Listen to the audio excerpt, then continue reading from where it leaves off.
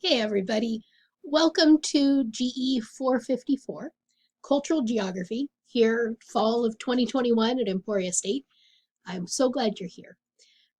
This is an upper division undergraduate class that is focused, unsurprisingly, on cultural patterns and ideas and the many overlaps between culture and geography, from language patterns to the ways that movies shape the way that we view the world and reflect the way that we think about the world.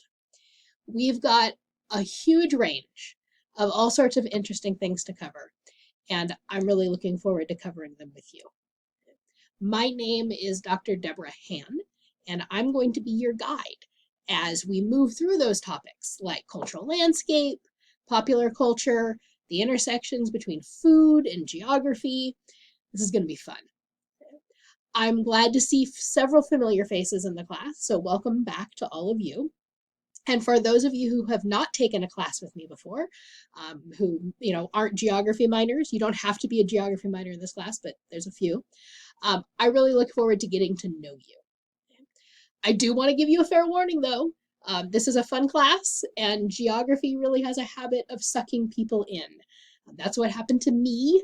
I started taking geography classes, just a class here, a class there.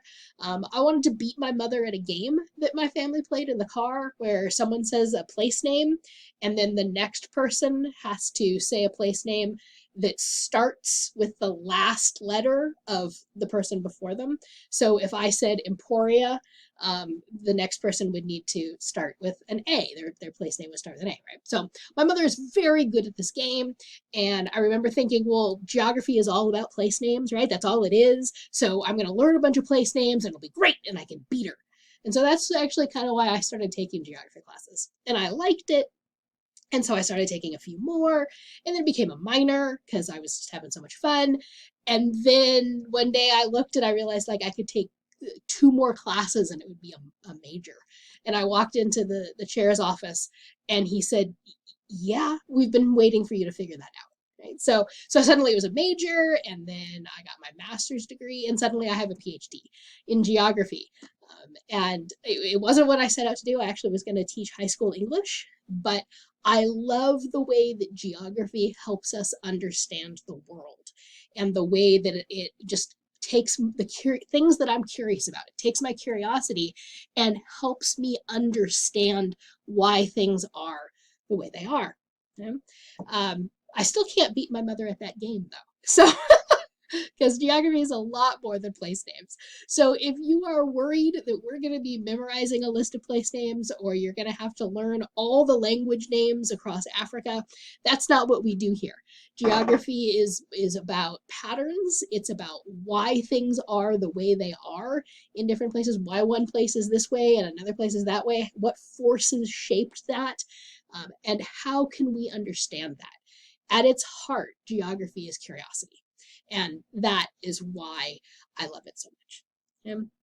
So I warn you though, it does kind of suck you in. So by the end of the class, I hope some of you might be interested in the minor. You're going to love geography as much as I do, and that if you have questions, just let me know. Okay?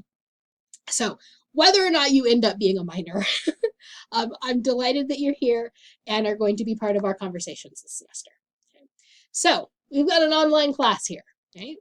This, of course, means that there's going to be a lot of self-direction and you'll be working more in isolation than we would in a classroom, obviously. Okay? And having that room for self-direction and working at your own pace, those are great things. You can work on the material to fit your schedule. You can rewatch videos. You can reread articles. If the resources are available to you, that's all sorts of great stuff. But it can also be harder without the consistency and accountability of meeting in person. While at the same time, I'm expecting all of the same fabulous thinking and excellent work that I would expect from you in a classroom. Okay? So we're going to have to push a little bit harder than maybe we would in a classroom to have discussions and to exchange with each other, to have an ongoing conversation, but we can do it. Okay? So some of the ways that we're going to be working to counter that isolation and that loss of face-to-face interaction, which is really important for this class. This is really one of my favorite classes to teach because there's so many interesting aspects to explore. So I'm going to miss being in the classroom with you, but we're going to find ways to have that interaction, and we're going to be doing that in a couple different ways. First, we're going to be conducting this class in a seminar format. That means that I'll do short lectures, and we'll have lecture clips, and I'll try to keep them fairly short. And that's especially true at the beginning of the semester, when we're going to be working on building some foundations, having everybody be on the same page about what geography is and the vocabulary that we need, so that then we can move through the more detailed units, the more intensive focus on things like cultural landscape, and we have a common language and everybody is ready to start applying the information. Okay, so especially at the beginning, I'll do some short lectures, and your reactions and the discussions and the contributions that you will make in the discussion forums and a couple other things are really what drive the class. Okay, so that's why I call it a seminar, because it really is about you guys exchanging ideas in the discussion forums and in Flipgrid, which I'll talk about in a minute.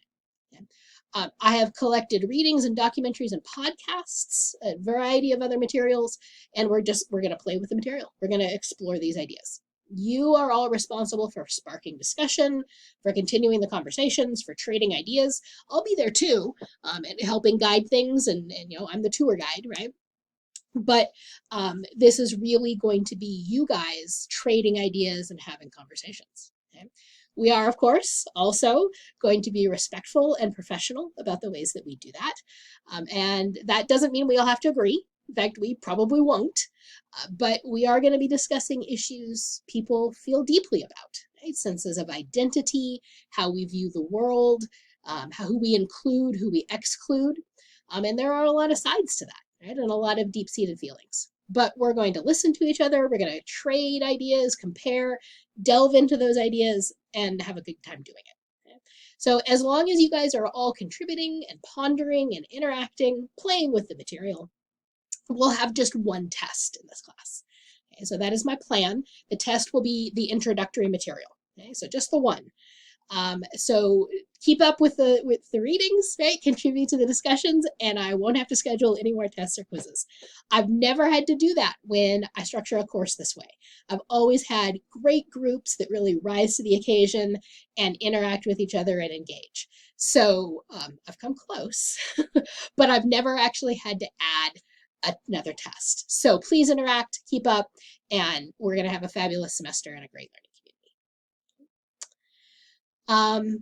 To go back to those discussions, right, that we're going to be having, that you're going to be engaging in, a lot of them are going to take place in the written discussion forums on Canvas, and then you're required to do a post and then respond to other people. Other discussions will take place in an app called Flipgrid, which I mentioned before. It allows us to record short videos for discussions. We may also use it for presentations from the projects.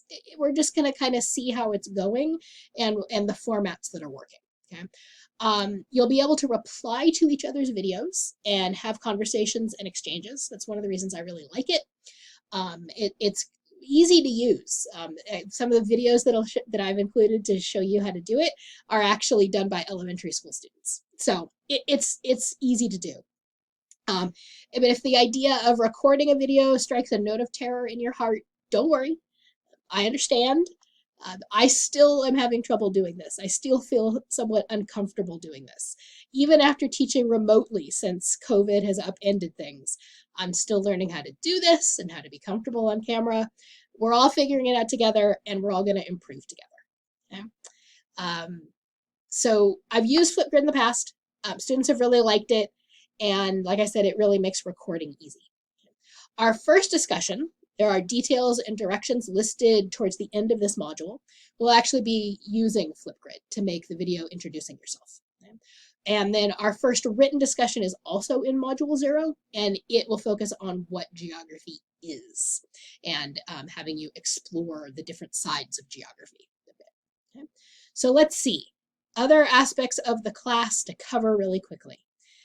There are 6 projects spaced through the semester, including the first one to be assigned. There's the word I need. The first one to be assigned. That's called the Cultural Bingo. And you're going to be working on that all semester and turning it in at the end. Okay, so that's project number 1, and then the others are spaced through the different units that we are going to be doing. I'll have more about that soon, but they're all set up to help you apply the information that we're covering in class to the world around you, to your lives, and to help you think like a geographer. The other thing that I want to say is that as you're looking at the syllabus, right, and looking at the modules and working your way through this and orienting yourself to class, if you look at the schedule and you're worried about the number of due dates, right, all the things that I listed in the syllabus, and you panic, like, that's too much. That's a lot of due dates. Right? Yes, seeing them listed like that can look worrisome, but please don't panic. Okay, this is the first time that I'm teaching this class completely online. Last semester, I taught it remotely, but we had Zoom-in sessions. So we're not doing it that way this semester. We're completely remote, completely online. And so what I've done is combine some of the things with the way I usually teach online, with some other classes I've done, with some things that worked really well last semester. Okay? So we may need to adjust things. We are going to work through things, see how it's flowing, see if things are getting bogged down anywhere, if we need to make adjustments, but please don't worry about the workload. Okay? The response papers and the discussions are often going to be quite brief. And if you have feedback about this, if you're worried about anything, please let me know. I welcome your reactions. I welcome your ideas and your concerns, all of that. Okay, so we'll work through this and figure it out together. And I appreciate your patience as we do that. All right, so I've given you a taste of what this class is about. If you're worried about anything, please let me know. Our main focus here is being curious about the world around you and your place in it, right? Like I said before. So please, if you're curious about things, if you need to talk something through, if you have concerns about an assignment, please let me know. To sum up then, and kind of finish off here, I know we're in the midst of a bunch of uncertainty in our daily lives, right? With the virus mutating and things being kind of up in the air and things changing quickly day to day sometimes. That's a lot of disruption and a lot of stress, and we're all living through that. But one thing that I really am certain about is that as a group, we're going to create a fabulous learning community this semester. We are going to have a whole bunch of fun exploring cultural geography, and I really look forward to working with you. If you run into a problem, you have an emergency, you're having trouble dealing with things, right? Your child or you get sick, a parent gets sick, please let me know. Okay? I want to help. I want you to succeed in this class. So please don't wait till the end of the semester. Don't wait until weeks after something is due to contact me when it'll be too late to come up with a timeline to get you caught up. Okay, so work with me through the semester if you're having any trouble. I hope the layout on Canvas here is easy to follow, but please, again, let me know if you have any confusion or concerns. And other than that, I will see you soon in the Flipgrid videos, and I'm really looking forward to our discussions and to learning together this semester. Again, welcome, and I'll talk to you soon.